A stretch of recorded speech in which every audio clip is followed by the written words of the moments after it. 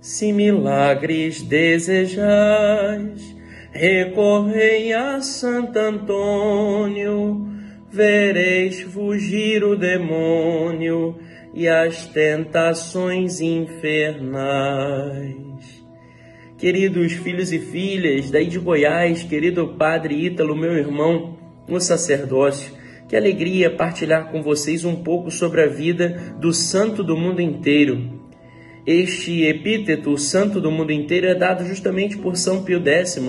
Diante da querela entre os portugueses e os italianos, esta briga em dizer se o santo era de Pádua ou se o santo era de Lisboa. E aí o Papa resolve esta briga dizendo: ele é o santo do mundo inteiro. E assim, queridos irmãos, seja em Goiás, seja no Rio de Janeiro, seja no mundo inteiro, Santo Antônio é invocado pelos seus inúmeros e grandes milagres. Queridos, hoje me foi pedido para partilhar um pouco com vocês a respeito dos milagres depois da morte de Santo Antônio. Muitos e inúmeros são os milagres, eu não vou me deter em todos, porque não tem como me deter em todos, até porque não se sabe todos, ele fez muitos milagres no mundo inteiro. Porém, alguns nós conseguiremos assim tratar, e os mais antigos e famosos, para podermos ter na nossa mente a força que este santo teve em ser um verdadeiro servil da glória de Deus. O primeiro de todos os milagres que vale a pena nós nos determos, queridos irmãos, é um milagre testemunhado pelo próprio São Boaventura. São Boaventura estava no dia em que o corpo do santo foi exumado. E ao exumar o corpo de Santo Antônio, miraculosamente, a língua e a traqueia de Santo Antônio estavam intactos, ainda com carne e ainda com sangue. E o próprio São Boaventura fez assim com que o mundo pudesse ouvir aquilo que era o instrumento de Santo Antônio para levar muitos a Deus. E São Boaventura chega a dizer esta frase linda que foi conhecida por muitos: Deus conservou os instrumentos que Santo Antônio mais usou nesta vida, que usou para falar de Deus, para levar a muitos à sua presença. Este foi o seu primeiro milagre, o milagre em que o próprio Deus fez do seu corpo um verdadeiro testemunho. Depois, queridos irmãos, foi bastado 11 meses, simplesmente 11 meses, para que Santo Antônio fosse beatificado e canonizado pelo próprio Papa Gregório IX, que já tinha ouvido muito sobre a sua própria fama. Então, miraculosamente, ele também é o santo canonizado e beatificado mais rápido da história. Isso também já é um verdadeiro milagre. E assim, os espanhóis costumam também contar um verdadeiro milagre de um soldado chamado Aleardino. Conta-se que este soldado foi até a Pádua, né? E já com a sua fé esmorecida, já não acreditando mais em Deus, viu aquele grande afluente de pessoas que chegavam a Pádua e diante de um grupo de outros soldados, vai assim tentar fazer uma sátira debochando de Santo Antônio. E com um copo de cristal, ele chega a dizer aos soldados: se este copo de cristal trincar sobre estas pedras, eu acredito verdadeiramente que este é o Santo de Deus.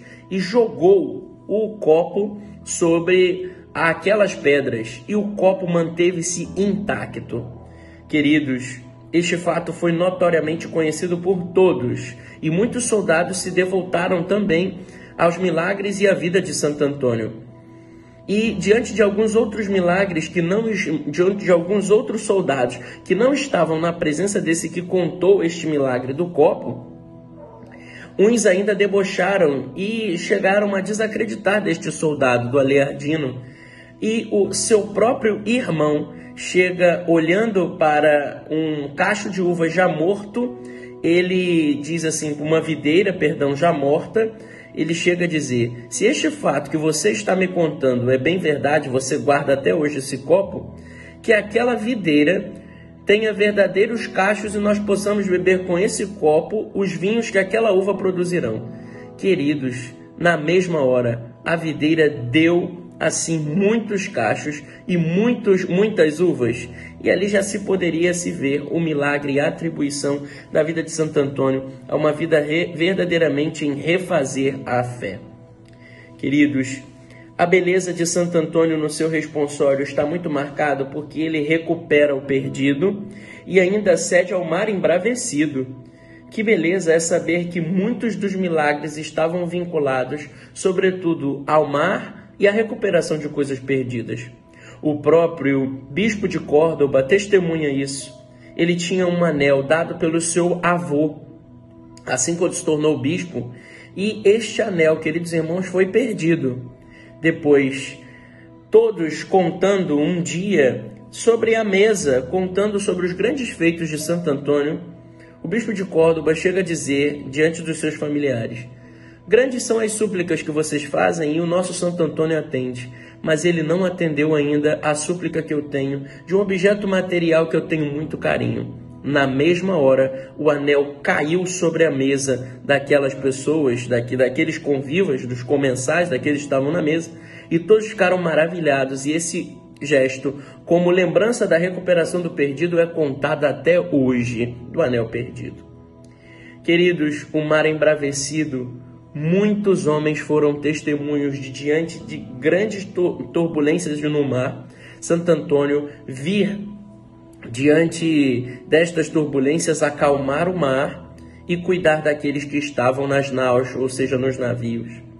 E um dos mais clássicos é o milagre do Mar da Espanha, quando diante de uma grande tempestade, as âncoras foram lançadas e as âncoras arrebentavam do seu cordão e o mar ficava, o navio ficou à deriva por muito tempo.